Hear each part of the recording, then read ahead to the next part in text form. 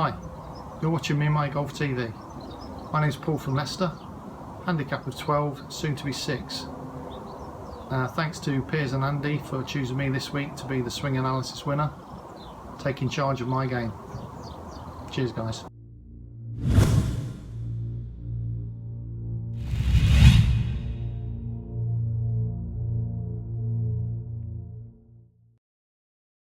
Right then, it's time for my swing analysis. This is where we analyse one of your golf swings to help you take charge. Yes, if you want to have your swing analysed by myself and Pearson, help your game this year, head over to our Facebook, Instagram and Twitter and enter. It could be you guys. Good luck with that. Now 2016 is a massive year for meandmygolf.com. The website is having a lot of changes done to it, lots of new videos going in every single week as always, but we've actually got a superb, if we don't say so ourselves, superb Strike Your Irons Pure video series. It does exactly what it says. Click on the iCard after you've seen Paul's analysis and it's going to help you transform your iron play this year. We're really excited about it. Yeah, it's a great series, and if you just struggle with that contact, then you're definitely going to find some benefit from it. Right then, okay, let's get into Mr. Bartholomew's swing analysis. So Paul is a very good standard golfer. He's watched our videos for a long time now and he's always interacting, and it's about time he won this, Andy, isn't it?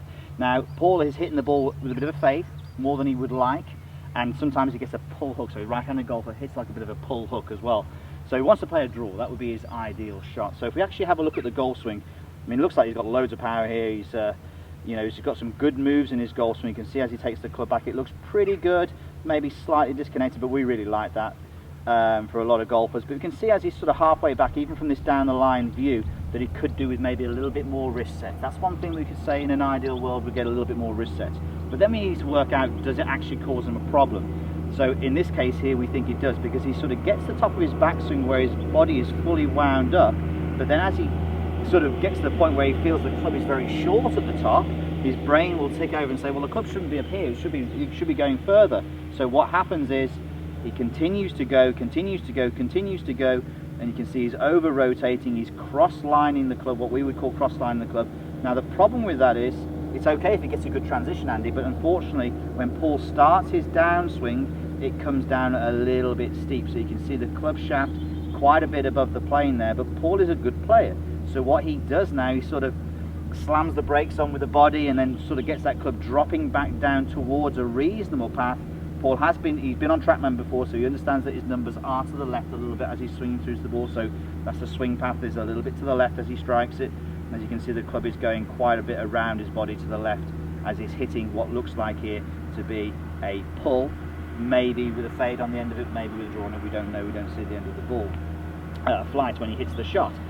We see that so much, don't we, and that people don't quite get the wrist set good here, and then they have to sort of continue moving the body to get the club up to the top, their arms overrun, and suddenly the club's in a poor position to start the downswing. Yeah, definitely, and you can see with Paul there's just a lot of movements going on, and Paul does a great job of sort of compensating, but it does show how important the backswing is for a lot of golfers. Yeah. Now, for extremely talented tour professionals who've got some interesting looking swings, they compensate very, very well. But let's say for the average golfer out there, the backswing, who haven't got as much time to practice as the tour pros, the backswing is so key to help them deliver a consistent downswing. Sure is. So Andy, what are we going to do to actually help this then? How can we help this? Well, as you mentioned, Pierce, the cross plane at the top, Paul gets the club pointing far too much to the right. So to help his downswing, we want to get the golf club pointing, and certainly feeling it's going to point a little bit more to the left. So one of the drills that we use for a lot of our golfers who want to shallow the golf swing out, Pierce, we get them to sort of stand with the wall about behind them,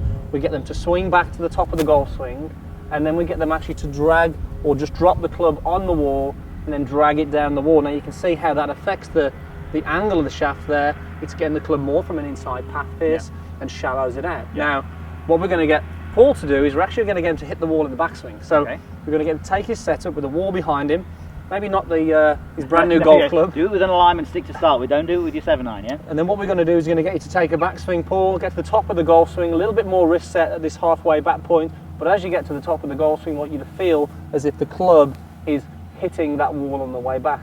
Now, as you can see, the golf club now is in a very different place as opposed to being over here.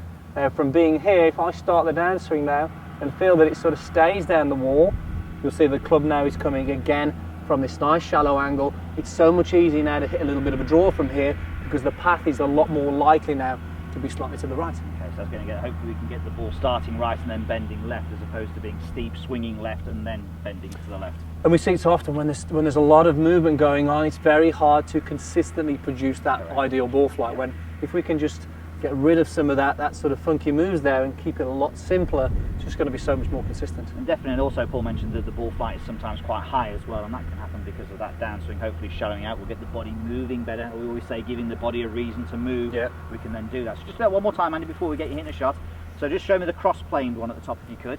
So that's what we would call the cross-plane, what Paul did. The feeling, or that we almost want to give Paul, is the feeling that he's actually laying the club off. So if you lay the club off, so that's what we would call laid off. And then from there, as he comes down, he drags it down, or even through the wall, creates that beautiful draw. Is that going to happen? Of course it is, Piers. Come on then. This, you know, I like this drill for me because I tend to get a little cross-plane at the top, so I'm going to rehearse that one more time. Feel as if it's a little more laid off, as you mentioned, starting a little shallower. I'm absolutely agreeing with that, because there's definitely some traits in Paul's swing that you do. Okay, here we All go right, then. come on, let's get a straw to go. You can get yourself a wall, I think. Is that the wind or is that me? I'm not sure. Maybe a bit of wind. Definitely the wind. That's a good drill for me, Piers. I think I'll use that a bit more often. Absolutely, Andy. Very good for you. Okay, guys, hope you enjoyed that. Make sure you get involved. Hit the subscribe button. It allows you to interact with us and post those comments down below. Definitely, and if you want to improve your ball striking this year, make sure you check out our latest video series, now live. Click the link in the corner for part 1, 4 parts. Definitely going to help you strike those irons pure. Thanks for watching. We'll see you next time. See you soon.